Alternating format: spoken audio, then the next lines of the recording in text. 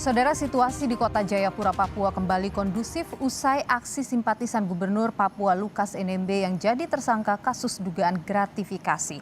Aktivitas perkantoran dan sekolah kini kembali berjalan normal. Sejumlah jalan dan pusat perbelanjaan di Kota Jayapura yang sempat tutup karena aksi demo sudah kembali dibuka.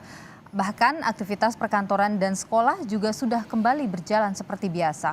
Untuk memastikan kondisi di Kota Jayapura tetap aman dan kondusif, Polres dibantu Brimob Nusantara menjaga keamanan, saudara. Selain itu, polisi akan menggandeng para tokoh di Jayapura untuk mengimbau warga tetap menjaga kedamaian di Kota Jayapura. Polisi juga akan melakukan patroli rutin di sejumlah titik.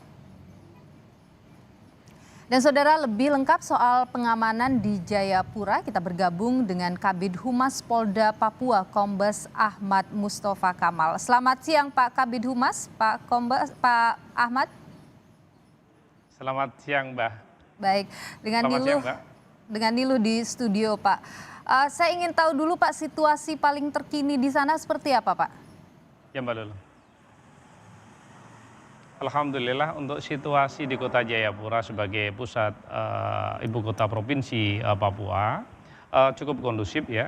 Memang kemarin hari Selasa masyarakat Papua yang dorong Chef Pak Lukas NMB melaksanakan orasi di Kota Jayapura. Namun demikian kegiatan juga cukup kondusif karena satu hari sebelumnya pihak Korlap bertemu dengan Kapolres Kota Jayapura dengan para pejabat untuk memberikan masukan dan kita bicarakan untuk bagaimana proses unjuk rasa nantinya bisa berjalan dengan baik. Alhamdulillah mereka komitmen dan mereka sepakati bahwa unjuk rasa itu kemarin dimobilisasi dengan mobil yang tersedia.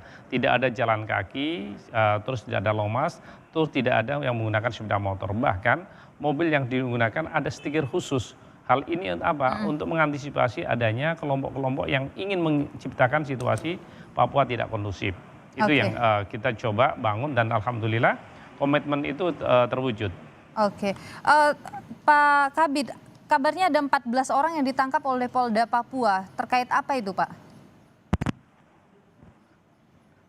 Ya, jadi pada saat hari Selasa pagi kita sudah siap dari pukul 05.30 kita sudah standby di beberapa titik untuk mengantisipasi aktivitas masyarakat, baik masyarakat yang akan melaksanakan UNRAS maupun masyarakat yang akan melaksanakan aktivitas kehariannya. Jadi memang ada beberapa ruko dan kedai yang dibuka, ada juga yang ditutup, ada untuk sekolah-sekolah di pinggiran kota memang masuk, tapi di tengah kota yang dimungkinkan ada mobilisasi massa itu tutup kemarin. Jadi kita lakukan penyekatan untuk melakukan pemeriksaan terhadap semua warga yang akan menuju ke kantor DPRP. Di depan DPRP tersedia di sana adalah Taman Imbi. Taman Imbi masyarakat Papua datang di sana untuk menyampaikan orasinya. Gitu. Nah, yang ditangkap itu? Kita lakukan penyekatan. Ada beberapa warga yang ada beberapa warga ternyata dia memiliki benda tajam. Sesuai dengan sepakatan tidak ada yang bawa benda tajam. Ada ketapel, ada benda tajam, bahkan kita waktu lakukan razia sepeda motor itu oleh pemiliknya ditinggal. Sepeda motornya ditinggal, PB-nya lari dan kita temukan di dalam box itu ada bom molotov atau sejenis bom ikan. Nah ini kan tentu juga menjadi catatan bagi kami. Mereka ini siapa Pak? Kelompok mana? Apakah bagian dari komunikasi kita? Apakah mereka bagian dari apa namanya? Jadi kita masih silakan Pak. Kita masih kita dalami. Jadi ketika kita lakukan pemeriksaan terhadap berapa orang yang kita tangkap itu, memang dia untuk jaga-jaga nanti kalau ada keributan dan sebagainya. Hampir rata-rata dominan namun artinya mereka simpatisan ya Pak? Pemilik bom itu kan melarikan diri ya. Iya, simpatisan Bapak Lukas ya. Terus kemudian kemarin kita kembalikan ke keluarganya, dilakukan pembinaan lebih lengkap. Kita sudah lengkapi administrasi penyidikan, namun demikian kita coba karena kita tahu bahwa kondisi masyarakat Papua yang seperti ini, jadi dalam beberapa aspek kita harus memperhatikan hal itu.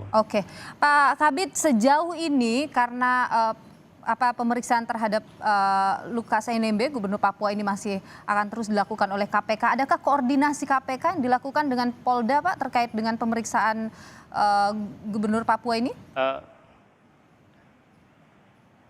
Iya, tentu koordinasi selalu dilakukan. Bahkan kita juga dapat informasi di minggu depan KPK akan melaksanakan panggilan ulang. Oke. Ya. Namun demikian kita juga lakukan kegiatan-kegiatan kepolisian secara humanis. Oke. Kita lakukan patroli secara skala sedang dan besar untuk memastikan kepada seluruh masyarakat yang ada di tanah Papua memang berasa aman bahwa di sini ada Pak Polisi, ada Pak Tentara yang akan melindungi kita semua yang ada di tanah Papua. Pak Kabid, adakah mungkin komunikasi soal pemeriksaan akan dilakukan di Polda Papua misalnya? Karena itu juga biasa dilakukan oleh KPK. Pada prinsipnya kami siap untuk membantu. Tapi ada komunikasi itu, Pak? Ada pernyataan yang muncul dari KPK soal itu? Mungkin pemeriksaan dilakukan di Polda Papua? Kita masih menunggu informasi lebih karena pemanggilan kan belum disiapkan ya. Jadi KPK sedang merencanakan untuk memanggil di minggu depan. Namun kita sudah siap apapun yang dimintakan oleh KPK karena kita untuk backup untuk menegakkan hukum. Ini kan belum finish untuk proses hukum. Ini kan dari awal daripada dugaan melakukan pidana. Baik. Perjalanan kan panjang.